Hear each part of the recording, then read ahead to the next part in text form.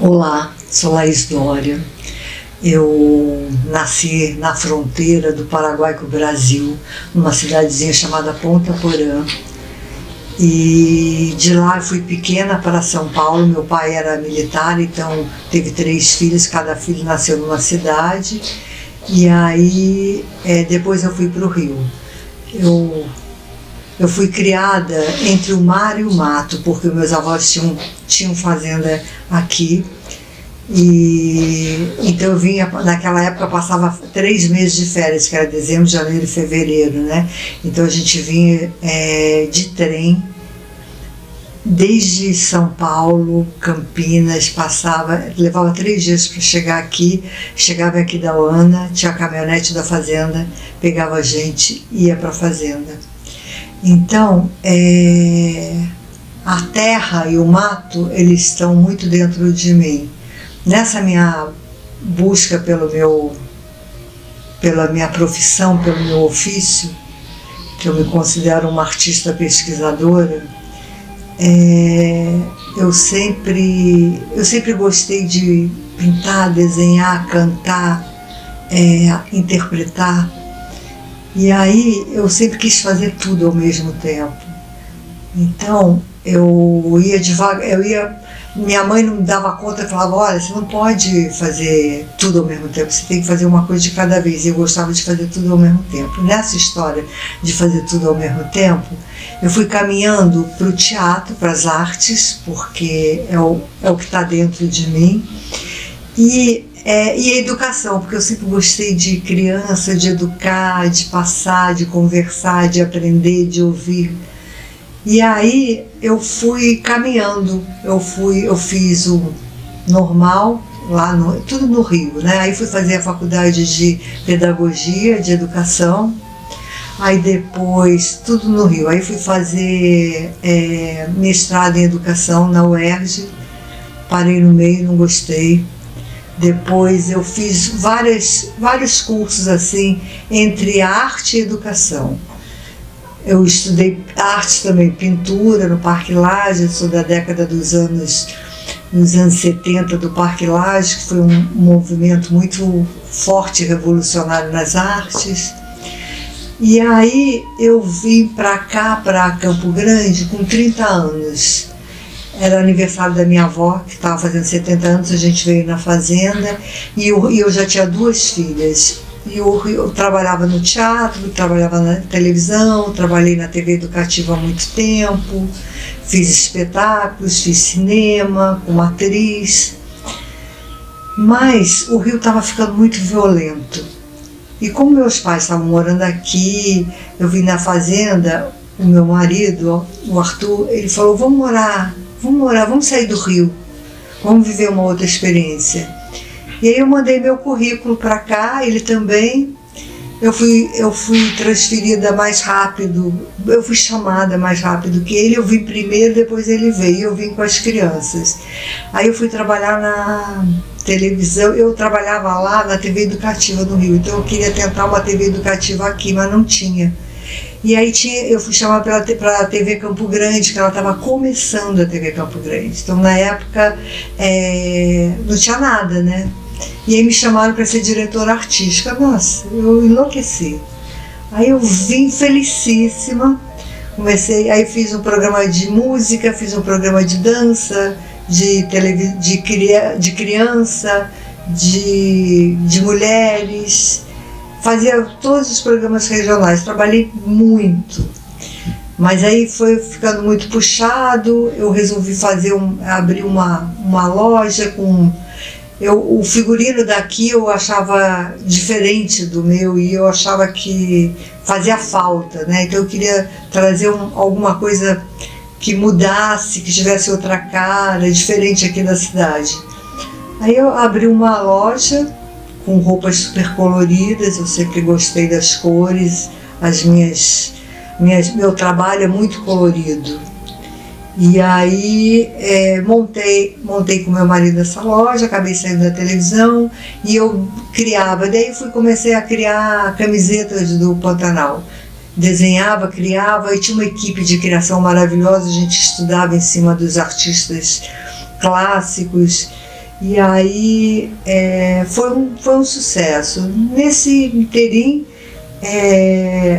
houve mudança de plano, no plano Collor, foi uma coisa horrorosa, foi um desastre. E aí a gente quebrou, eu estava péssima. Uma amiga minha me chamou e falou assim: Laís, tem um padre amigo meu que está precisando de alguém que dê aula de teatro para meninos de rua, como voluntária, você topa?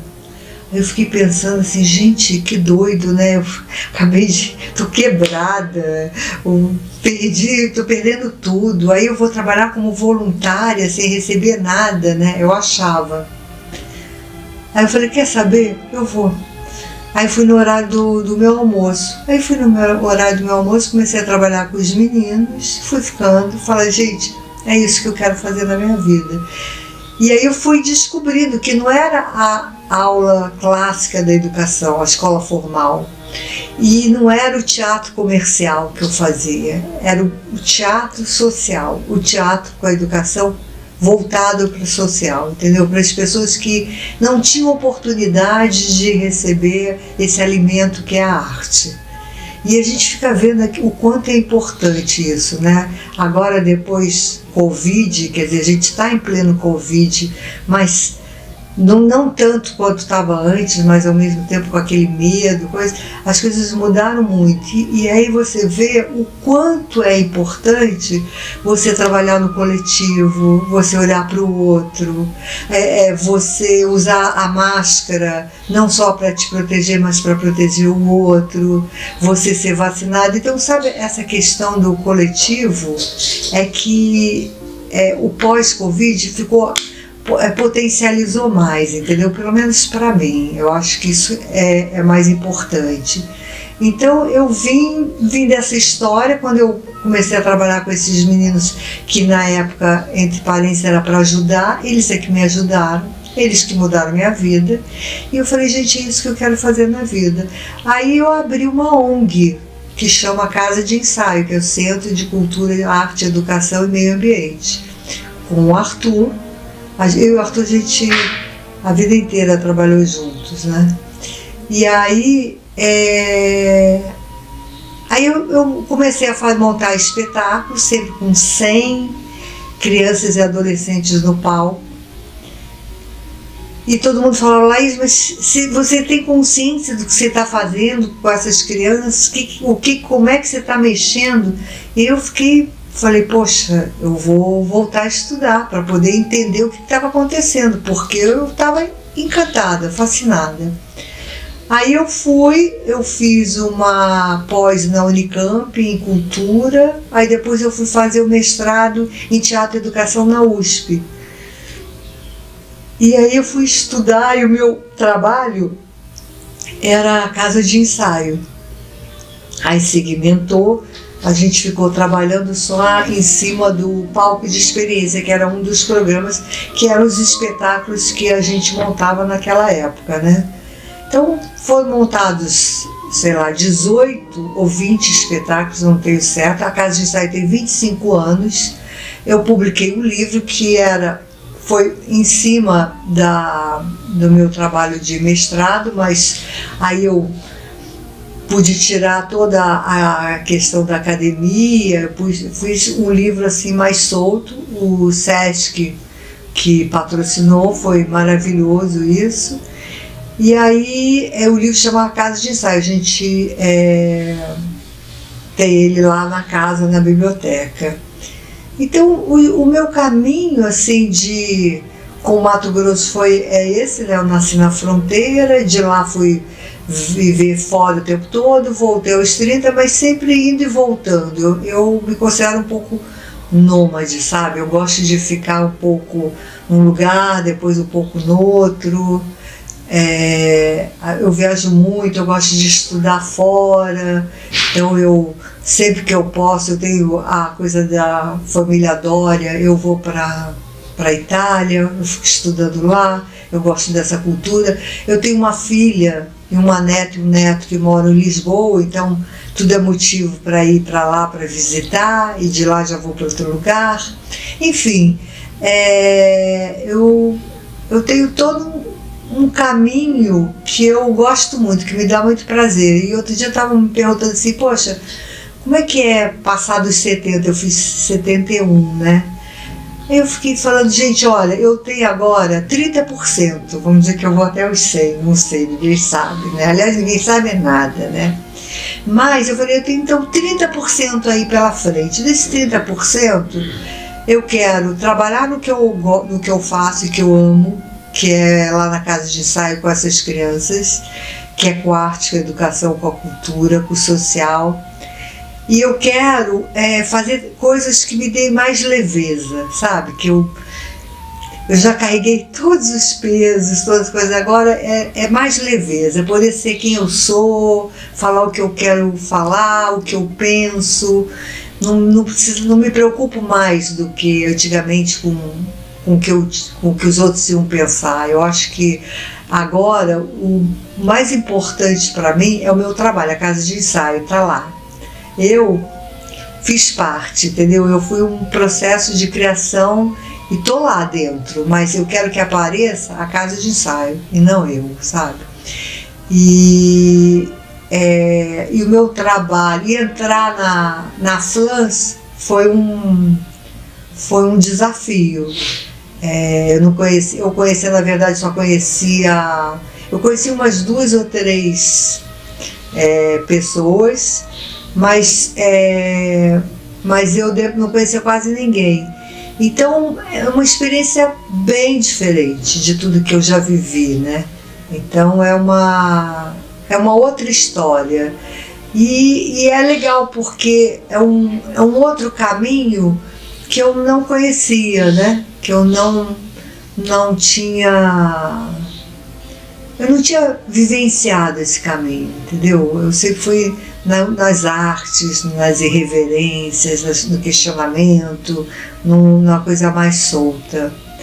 O meu legado para a cidade é a casa de ensaio, é o meu maior orgulho. Eu falo que é minha terceira filha, que eu vou cuidar assim até e passar para as minhas filhas, porque é a minha herança, é a nossa herança social para essa cidade e até para o estado.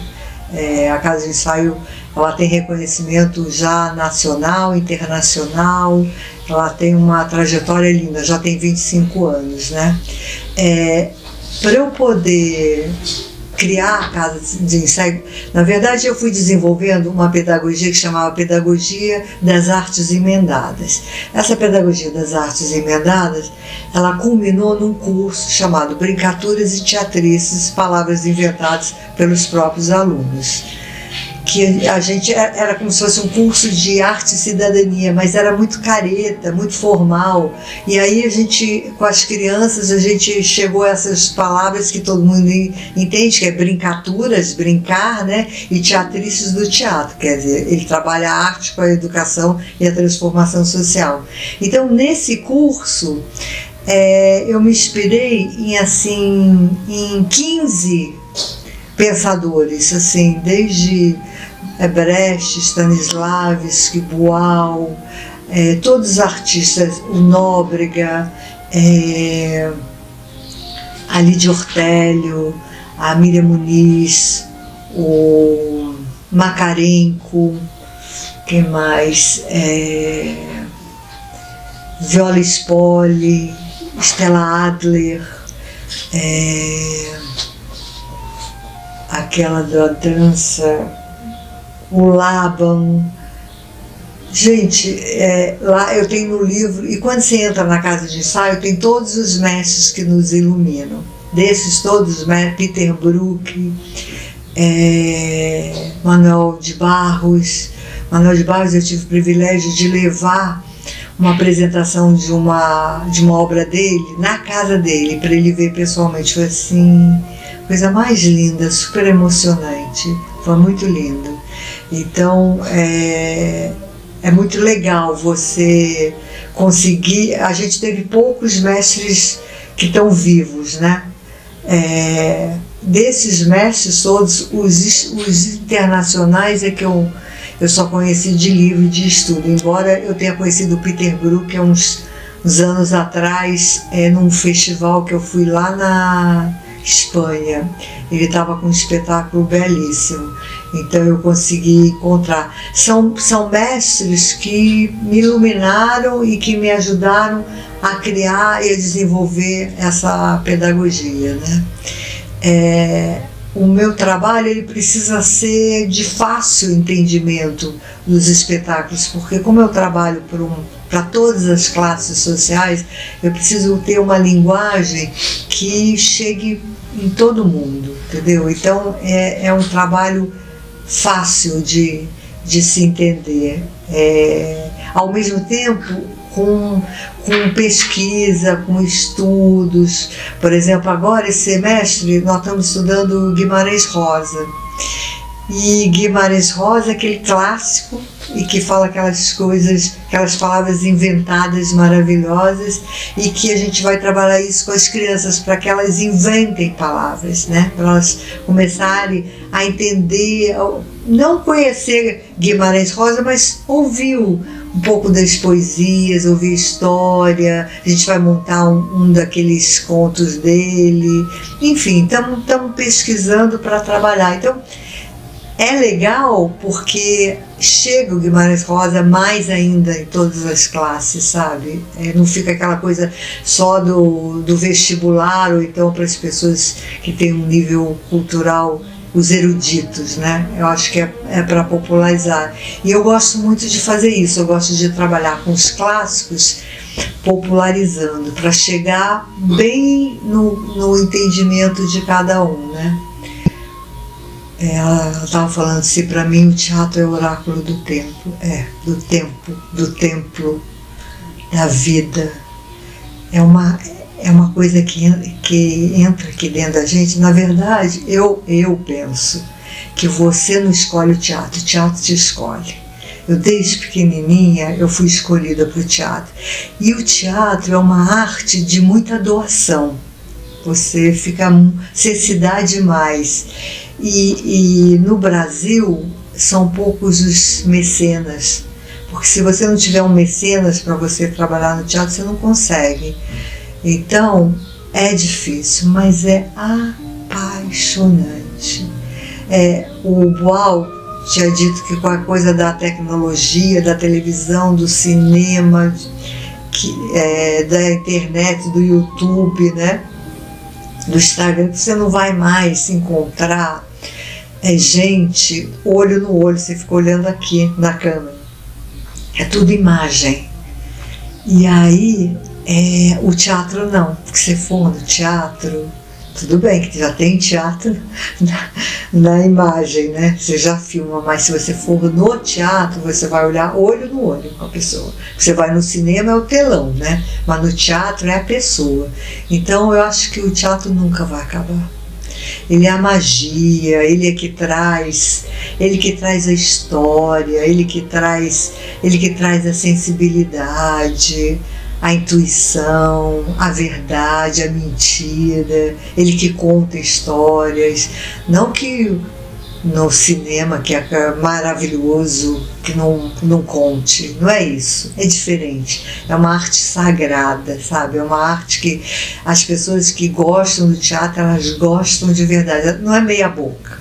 Ela não faz teatro para ganhar dinheiro, ela faz teatro para ganhar autonomia, para ganhar coração batendo, por pura alegria. Para mim a arte mais suprema, mais sublime que existe. O meu processo de criação ele é muito próprio. Para fazer a direção dos espetáculos é na madrugada, eu perco o sono e aí a minha cabeça fica a mil. E aí eu vou anotando e vou criando o trabalho de direção artística. Lógico, no processo dos ensaios eu começo a ensaiar, mas não sei o que vai acontecer. E aí eu vou criando na madrugada. E também vem muito de filmes que eu assisto. Eu assisto muitos filmes, eu adoro cinema. Eu vou ao festival de teatro, a gente às vezes assiste 4 filmes no mesmo dia. E passa uma semana, assiste 40 filmes. é uma coisa assim que me alimenta muito, o cinema. Eu amo cinema.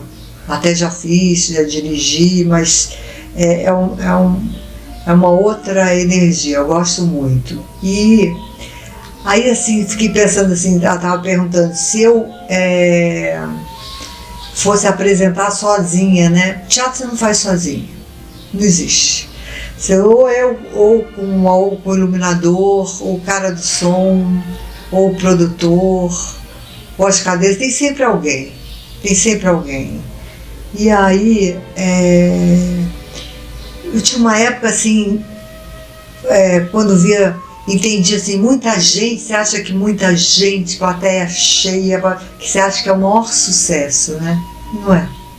Às vezes você faz um espetáculo para 2 pessoas, essa pessoa vai te levar para o mundo inteiro, porque ela tem o trabalho dela e leva, entendeu? Então ali você fez sucesso, não é quantidade. Teatro é qualidade.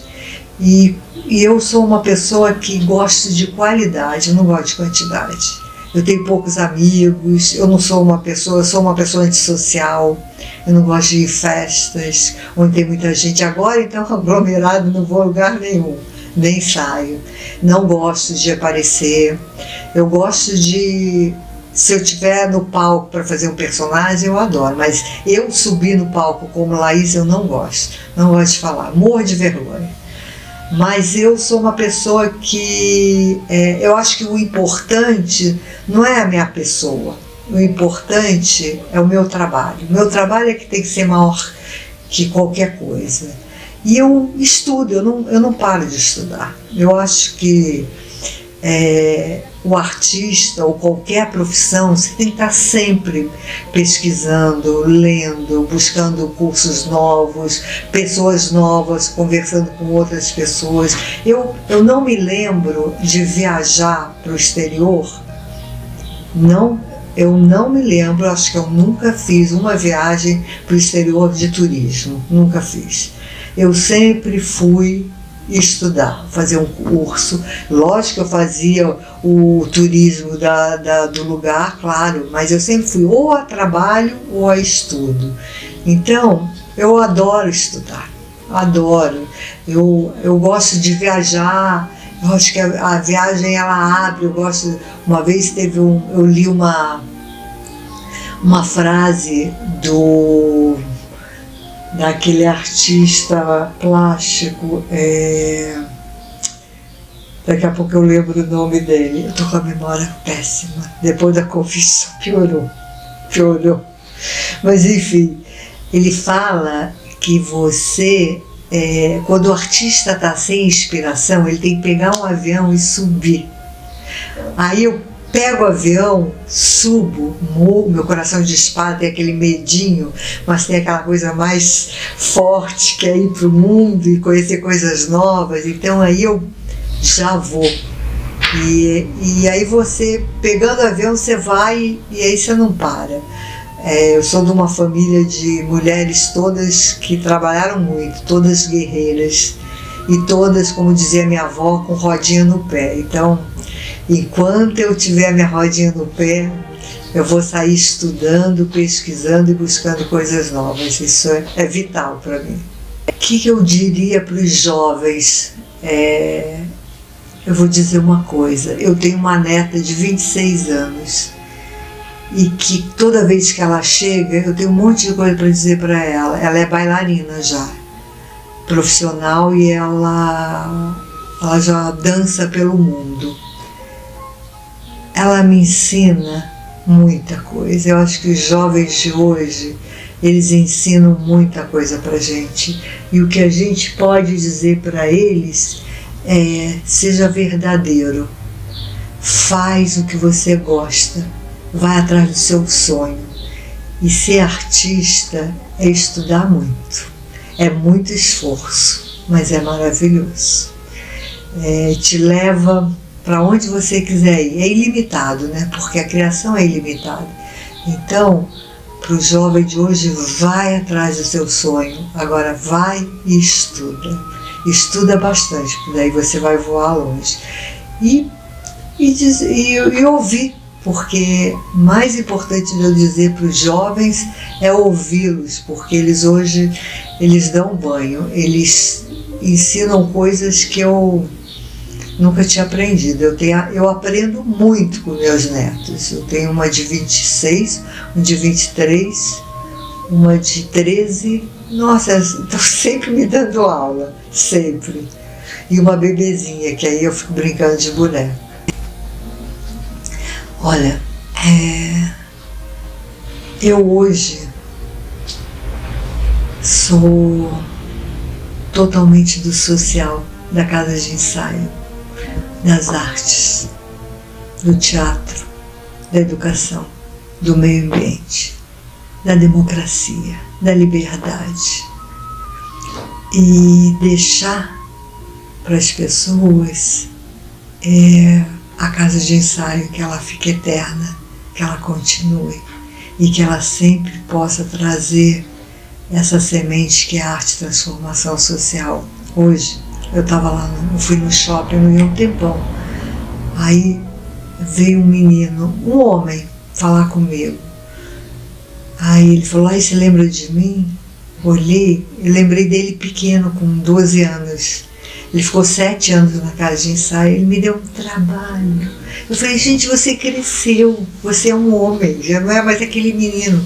Aí ele falou: "Olha, casei", mostrou o marido, mostrou uma criança que eles adotaram, que é filho do marido, que eles cuidam, criou uma família. Eu falei: "Você me deu muito trabalho." Ele falou: "Dei, Laís, eu queria voltar e te dizer isso, pedir desculpas, porque eu tinha te dado muito trabalho." Mas ficou forte. Então eu acho que é deixar isso, né? Deixar a casa de ensaio, que ela continue, que ela seja esse divisor de água na cidade, que ela trabalhe arte e transformação, que ela respeite todas as raças, todas as religiões, que respeite todas as opções sexuais, que a família seja a família que você construa, que não seja nada de padrão, que você possa ser feliz do jeito que você quiser, se quiser ser homem, mulher ou nada. Eu acho que é deixar isso, deixar essa liberdade de escolhas, de desejos e de vontade. E que cuidem da casa de ensaio sempre, para que ela transborde aqui na Mato Grosso do Sul.